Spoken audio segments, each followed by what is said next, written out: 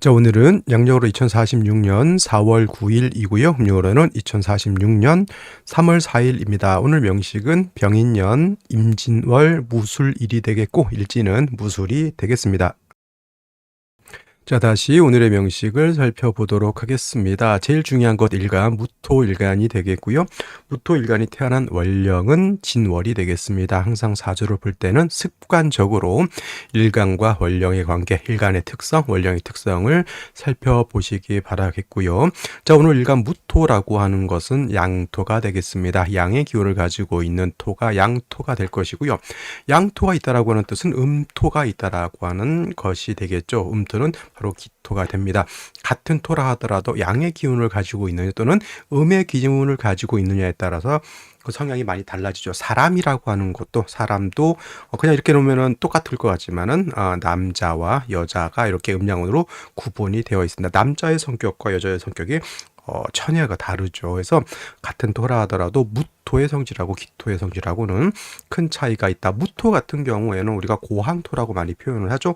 고항토라고 하는 것은 큰 산이라든가 산맥 같은 개념 또는 평야라든가 광야 같은 개념으로 이렇게 생각하시면 돼요. 작은 개념이 아니라 매우 방대하고 크고 높은 개념의 그런 토가 바로 이 무토가 되겠고요. 상대적으로 기토라고 하는 것은 작은 토가 되겠죠. 전원토라고 하고요. 습리라고도 표현을 합니다. 습리라고 하는 뜻은 뭐다? 얘는 음토인 기토는 물기를 가지고 있는 습토라고 하는 것이고요. 반면에 무토라고 하는 것은 마른 건토가 된다라고 하는 점. 같은 토라도 이런 또 차이점이 있겠고 습토인 기토라고 하는 것은 전원토로서 작은 텃밭 같은 개념으로 이렇게 보시면 되겠습니다.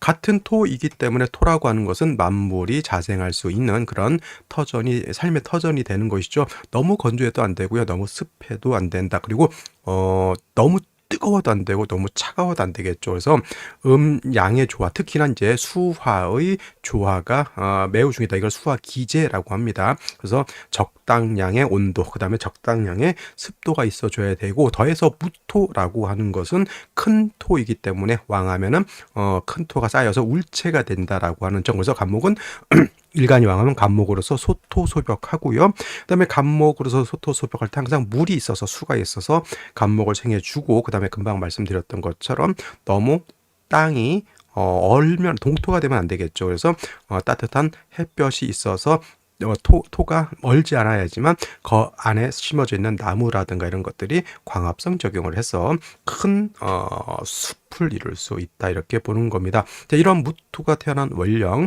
진월이 되겠습니다. 진월. 그래서 양토가 월지에서 양토를 받기 때문에 육신으로 보게 되면 이제 비견이 되겠죠. 그래서 이거를 비견격으로 볼 것이냐라고 봤을 때 비견격이라든가 겁재격 같은 경우는 없습니다. 그래서 이거는 이제 일간 무토가 월령 진월이라고 하는 계절 자체가 토가 왕한 계절, 일간이 월령을 득해서 신왕하죠. 일간이 왕에서 신왕한 그런 격 중에 하나가 이제 대표적으로 걸록격이 있습니다. 그래서 저는 무토라든가 기토가 진술충묘월에 태어나게 되면 그냥 준걸록격이라고 해서 걸록격에 준에서 보는 것이 좋을 것이다 이렇게 말씀을 드리고 있습니다. 공식적인 명칭은 아니고 저만 그렇게 쓰는 것이다 이렇게 말씀을 드리면 되겠어요. 그래서 무토가 진월에 태어나서 일간이 왕해지는 신앙사주가 되는 것이고 진중 안에는 이렇게 지장간이 들어가 있습니다. 천간에 예를 들어서 진중에 있는 을목이 투출하게 되면 정관격이 될 수도 있겠고 개수가 투출하게 되면 정제격도 될 수가 있다라고 하는 점. 그래서 부터 진월에 태어났을 때는 이제 걸록격과 같은 이제 신앙사주가 되는 것, 그 다음에 정관격이 될 수도 있겠고, 그 다음에 정제격도 될 수가 있다. 단 진월은 뭘 조심해야 된다? 어떤 것들이 이제 사주의 구성이 되느냐에 따라서 진월은 토왕절이지만 신자진 수국을 형성할 수도 있고, 그 다음에 진유합금이죠. 진유합 금에서 금이 왕해질 수도 있고 인묘진 방합도 성립이 될 수가 있겠다. 인묘진 방합 그럼 목이 많아지는 것이고 이제 지지로 진술 같은 토가 많아질 수도 있죠. 진술 충미 토 등이 많게 되면 다시 일간 토가 왕해질 수도 있다라고 하는 점 이런 것들 다 살펴보셔야 되겠는데 일단 대표적으로 이제 일지를 먼저 보게 되면은 자 술토를 얻었습니다. 술토 이렇게 되게 되면 무술일주가 돼서 간요지동이 있다라고 보는데 문제는 뭐냐면 술 술토하고 진토하고 뭐가 됩니까? 서로 진술 충이 됩니다. 진술충. 그렇게 되게 되면 토충은 항상 말씀드렸죠. 토충은 붕충이라고 해서 토가 약해지는 것이 아니라 토가 더 많아진다 같은 것이 되겠고요. 자, 월간에 임수가 이렇게 있는데 만약에 이것이 술토가 아니었다라고 하면 진에 임수가 뿌리를 둬서 나름대로 임수가 무토를 좀 윤택하게 해줄 수 있다 이렇게 보여지는데, 술토가 있게 되면 진술충이 되게 되면은 뭐 계고로 인해서 진중에 있는 개수가 튀어나온다 이렇게 보지만, 아니 이거는 물론 이제 견에 따라서 그렇게 볼 수도 있겠죠. 저는 그렇게 보지 않고요. 진술충이 되면 진중에 있는 개수, 그다음에 을목, 술중에 있는 식은 다 땅속에 묻히고 정화만 이렇게 뾰족뾰족 나와가지고 사라진다 이렇게 볼 수가 있겠죠. 그러면 진술충이 됨으로 인해서 임수의 뿌리가 없어지는 거죠. 그러면 임수도 세력을 잃게 된다라고 하는 점.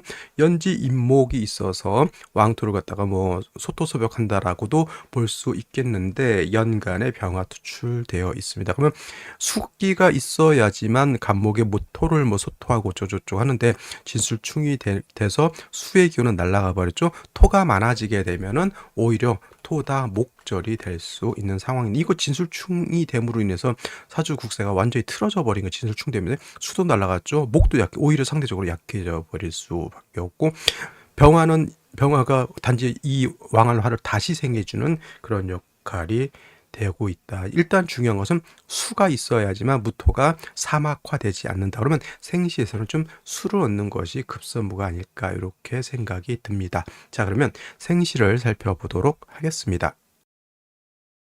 자, 생시 살펴보도록 하겠습니다. 자, 무토진월생 일간이 원령을 택해서 굉장히 신왕한 사주가 되었고요.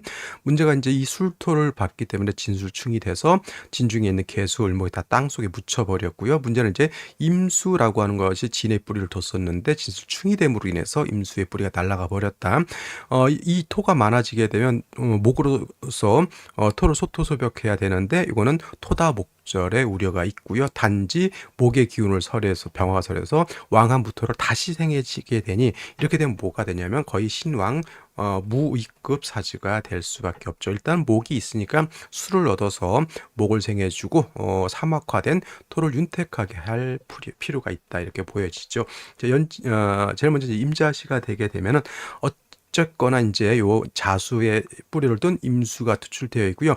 진술충이 됨으로 인해서 이 임수가 진의 뿌리를 못 얻지만 자수를 얻으면 여기 있는 임수도 이렇게 뿌리를 줄 수가 있겠죠. 그러면 수가 이제 무토를 윤택하게 하고 수가 목을 이렇게 생해 줄 수도 있다라고 하는 점. 그래서 임자시는 한번 생각해 볼 수 있는 생시가 될 것으로 보이고, 개축시 같은 경우에는 축중에 있는 개수밖에 쓸 게 없습니다. 얘는 또 얘하고 또 탐합이 되니까 그것도 문제고, 그래서 개축시는 수가 없진 않으나 이걸 추천드릴 수 있을 만한 그런 생시는 아닌 것으로 보여집니다.